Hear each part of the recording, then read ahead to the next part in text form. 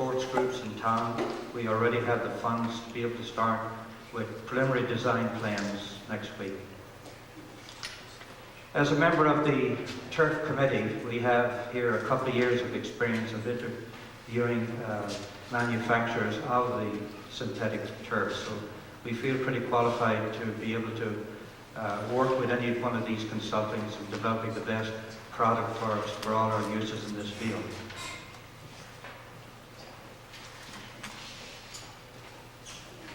We have developed some preliminary costs.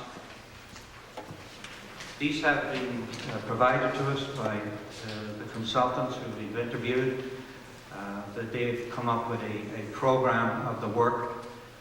The top section of it, which has down at the bottom there, grand total to be funded by Hillview Enterprise. This is basically what we can get for the $2 million that the Hillview can fund to us. The subtotal of most of the work that we proposed is $1.763 million. And that would include all of the site preparation work, site utilities, track and field equipment, synthetic turf surfacing, the site improvements and amenities. We have a brand new perimeter chain link fence in there included, planting and seeding, a grandstand for 800, new scoreboard, display timer, press box and hydrolift, and underground facilities for the future sports lighting. The sports lighting is one large item, a very expensive item, and within this $2 million budget, we're proposing just to put in the underground conduit, handholds, and whatever facilities will allow us to just come in the future and place the towers and the lighting. So that total is $1.763 million. We have allotted for $150,000 in contingencies and $70,000 in engineering services. Again, that $70,000 does not include the $20,000 that has already been given to us by the different sports groups. So the total project that we can do and fund by Hillview is the 1.983 program. We have also added on the athletic field light towers and fixtures as something that could be funded by grant funding, and that's $270,000. And the backfield renovations to the practice field, $70,000 in private funding, for a total project cost of about $2.3 million.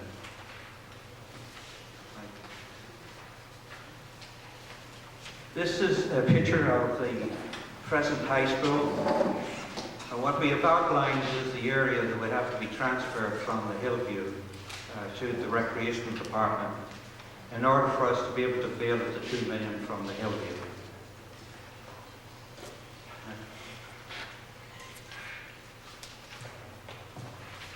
This is a master plan of the improvements that would be proposed for the entire site. 400-meter running track, 8 lanes on the straightaway, 6 on the oval. New synthetic turf field, multi-purpose use for lacrosse, soccer, football, and any other sporting events. We are proposing an 800-seat grandstand with new press box. If you can read it there, it says 1,000 on it, but we're only going to put an 800-seat one in. Then we have a 180 by 360 practice field that is to the rear of the property. This is the property that where any improvements are made, that would have to be privately funded, that would not come onto the Hillview. We have new walkways, the sports lighting for the 400 track field. Again, the program that we'd outlined for the $2 million to be spent for the Hillview would not include the final lighting, fixtures and towers. That would come from grant monies or private funding.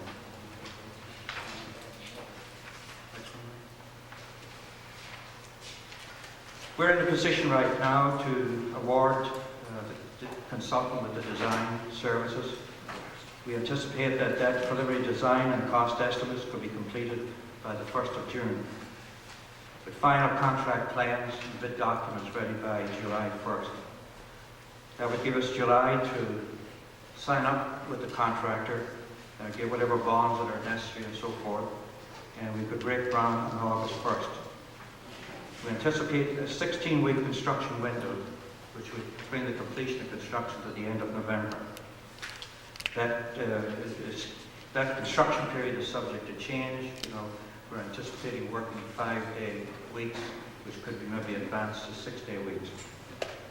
Hopefully then the field will be ready for play in the spring of 2010. Thank you. Before we move to question and answers, I'd like to bring Rita Mullen up for some final thoughts. Thank you. I started to feel in the committee like I'm part of the Rodney Dangerfield of the committee, and they didn't want to give me too many things. They said I'm extremely wordy. So I thought the best way to do it is to show you a cartoon, because a picture will give 1,000 words. Rita, you might want to use the mic so we can hear what it's. The first cartoon you see is in 1988. The Hillview Enterprise was taken by eminent domain in lieu of 110 houses being built there. A year before, prior to that, the Hillview Commission was started.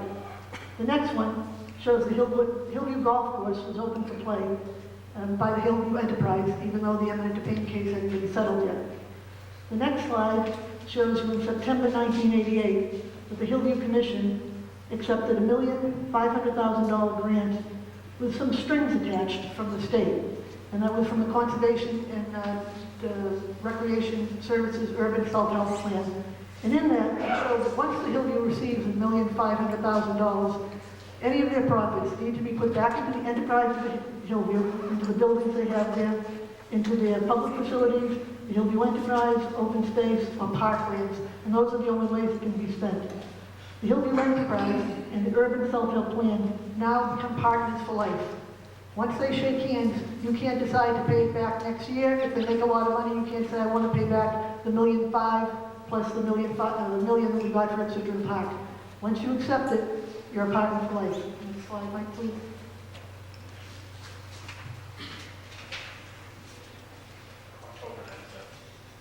Thank you. In October 1997, the LUC also applied for and accepted, under the Hillview Enterprise, another self-help grant for $1 million under the Hillview umbrella for the development of Ipswich River Park.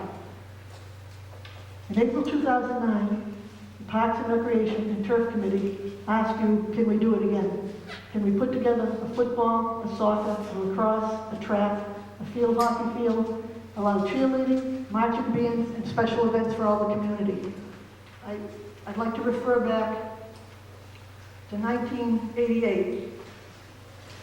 As noted in the annual report of the Hillview Commission, it states, the Hillview Commission believes that the risk of taking of the golf course by eminent domain is small, particularly in view of the great and far more likely benefits to be derived.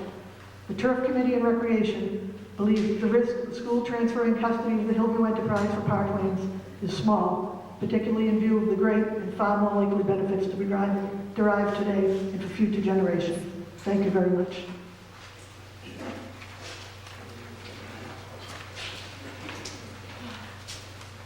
I'd like to open up the floor for any questions that the board may have, or anybody else in the room.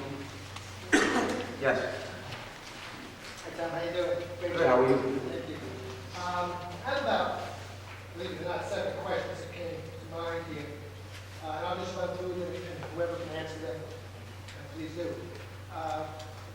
My first question is, why hasn't the school committee voted to transfer the field now? And the reason for that question is we're going to be going through a process of looking to approve a turf field, yet the school committee has the option still of not approving the transfer of the land. That would be my first question. We wanted to make sure that this had a placeholder on the warrant. We still need to review the ramifications of transferring the land. We don't think that it's a major issue, but there are some items that we need to get reviewed. If, as Mr. Venanzia stated earlier, if the memorandum of agreement is not signed by all the parties prior to the special town meeting, then this item is rendered moot because it's based on that memorandum of agreement. So we want to make sure that we can make sure that all the T's are crossed and the I's are dotted before we go forward with this. But if we don't vote tonight, then it can't get on the warrant. No, I understand that. I was just wondering, as we go forward, will this take you 3 months or, I'm sorry, 2 weeks to come to that conclusion about these signings? We don't think that, I mean, there's gonna be some conversations, but we don't think there's enough to prevent us from getting that signed memorandum of agreement prior to the town meeting. We did get that in November. We've probably been a little bit lax in making changes to it. Mr. Venezia and the committee have reviewed it, and we made a number of recommended changes that we will then be getting back to Recreation and Hillview, and then we'll be discussing it over the next few weeks. The state-of-the-art facilities, I'm seeing 2 fields up there. I'm seeing a soccer field in the back and a football field in the front, but no work with the baseball field? Is it- The baseball would not be part of the scope of the project, Jack. Okay. And what fields are closed at this time, except for Parks and Rec is probably in a better position to answer that than I. Marty?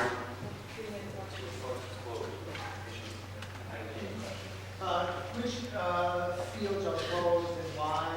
I mean, I understand that Chestnut Street is being renovated and it's been upgraded, so it's only closed because it's being improved. Correct. We renovated that, it's not due to open up until fall. I believe so, yeah. But what other fields are shut down due to not being able to be used? Just the 2 Chestnut Street fields Now being upgraded. that are upgraded, right? We routinely shut down one field every year because of the amount of use. Right, we try to shut one down, that's the problem with the high school field. There's never, the work we've done there to try and help out, you've never been able to give it enough time to grow. Well, there was a split of $100,000 between North Reading Soccer and Parks and Rec to upgrade the rear field, the back field, so that Both the fields. drainage would be good. Both fields. And it was, I don't know. Yes. Thank you. Yep. And does this have anything to do with Obama's stimulus package? There seemed to be an implication on that. Tom, you mentioned that? It could be ground ready if it gets voted for April, and that's why we did put that in as one of the stimulus package Oh, items. it is in the stimulus package? It was one, yes. And the other field, going back to that other field, the practice field outside of the middle school is one that we would attempt to work on also, so that would be a workable field and not the dust bowl that it is. That's the one that's in deplorable condition. Okay. But this turf field is in the stimulus package, is that? It wasn't. I didn't think so either, but it was just comparison. Okay. My final question, and I think this is the most important one, is that with a project of this size, I think what the concern would be financially for the town is unanticipated override costs, residual costs, that you can't possibly anticipate, that may wind up becoming the responsibility of the town.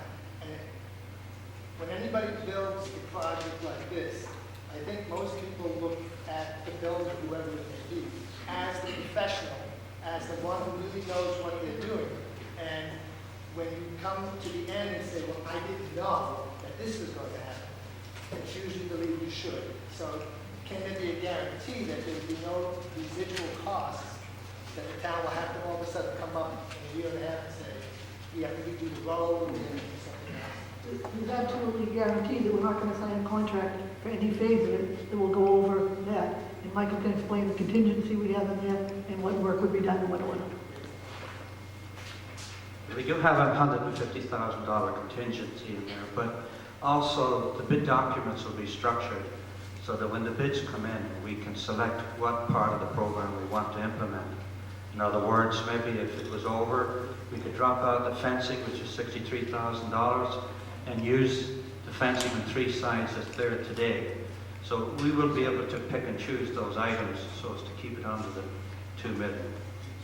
Granted, there might still be something in construction, but we'll have to make some allowance for a contingency on that. I think a thought that comes to my mind is that we have all the power poles all along the road there, on Park Street.